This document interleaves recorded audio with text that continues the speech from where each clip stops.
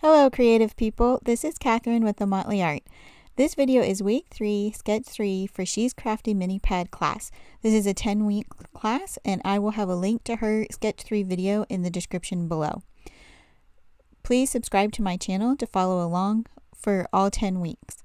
I also have a playlist for this class that I will link above. I have moved to a new 6x6 pad versus the one that I was using for sketch 1 and sketch 2.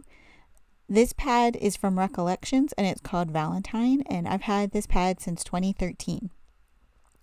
I'm using the same background paper that I used in sketch 1 and 2, but I'm just using the other side, and this one was from crepe paper.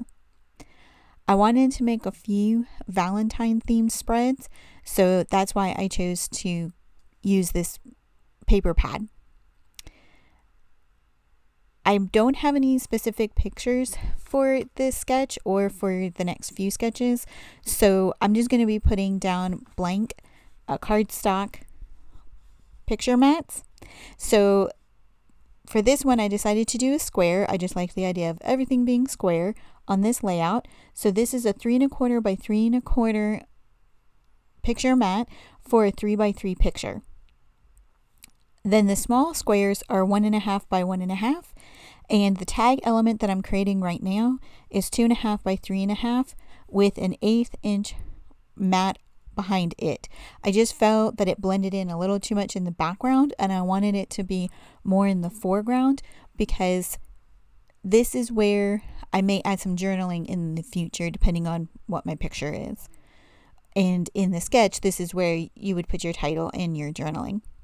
So I also laid out some wood veneer and some pearls that I wanted to use on this layout, and I really feel with all of the squares in the background that those are really acting as your die cuts, so I didn't create any die cuts. I'm just going to use the wood veneer and the pearls for my extra embellishments. And then I also had some pink twine that I just put in the tag element at the top as well. And that pink twine is fairly thick. It's really a thick one. So I'm going to pop up both the tag and my photo mat on some chipboard. And I like to just recycle or reuse chipboard from cereal boxes and food boxes. And I just cut it up to size. I feel like it makes a really strong embellishment. It's a little bit stronger to me than using foam. And I try to get it as much of the full size as possible in order for the element there to lie flat and to not dip later, because I really don't like it when the cardstock starts to kind of fall over, dip down around your foam or your chipboard that you have behind it. So I needed to put 2 layers in order for the tag to lay flat because of the twine. So then I'm going to also need to put some chipboard on the back of the photo mat as well. So that's what I'm doing here. I'm just kind of deciding how I'm going to cut that, because some of it's going to overlap the tag, so I don't want that part to have any chipboard. So I'm just going through and getting the size that I need, and I'll end up needing 3 layers for the photo mat in order to make it high enough so that it could lay flat across the layout, which is my goal. I want everything to look and feel flat across the layout so that nothing is going to dip in the future. So I'm using Tombow mostly, Tombow glue mostly for the elements, because a lot of these elements are stronger, and I just feel that it has a better hold than using the tape runner. But I did use the tape runner, the Tombow tape runner, on the smaller squares. I really like the Tombow adhesives. I think they work really well.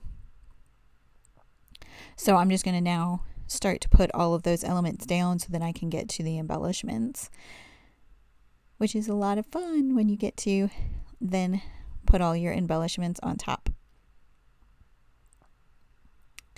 So I've really been enjoying this class. It's been a lot of fun to think about the sketches and how I want to interpret those sketches. And I used to very much feel like I had to do a sketch exactly the way it was. I didn't really feel that they were just there for inspiration.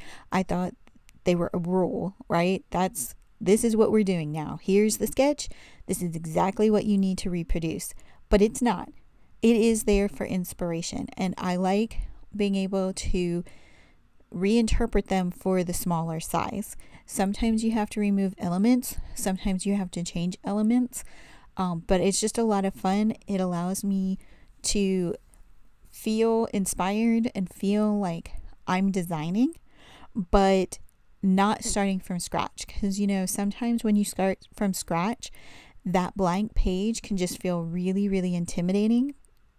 And this way, you just have a starting point, you have a jumping off point, and it just is less intimidating. So those arrows, I decided to use to point in to the layout. So when I do put an image onto the photo mat, it's really going to bring your eye straight to that image by having those arrows sort of pointing in. And I thought about putting another pink banner behind a few of those hearts, but I decided that that would be too much of that solid cardstock, and I really wanted to feature this pattern paper. Especially the bottom one. I just really like that. I think it's so pretty with the way that hearts are done. And so I wanted to make sure that there was still some of that you could see and get the idea of that pattern in that very bottom. And then I added some of these darker red pearls. I just thought it was nice to give a little bit of depth of color and bring out some of the darker colors that are in some of the pattern papers. And I really liked the pink and gray that was on these. Just think that was really pretty. It gives a nice contrast to all of the pink, because I don't hate pink, I don't love pink, but when it comes to Valentine's Day, you have to have pink, right? I mean, how can you celebrate Valentine's without pink? It's the one day you can say, yes, I am going to celebrate everything girly and frilly. And here's a close-up real quickly of what the layout looks like.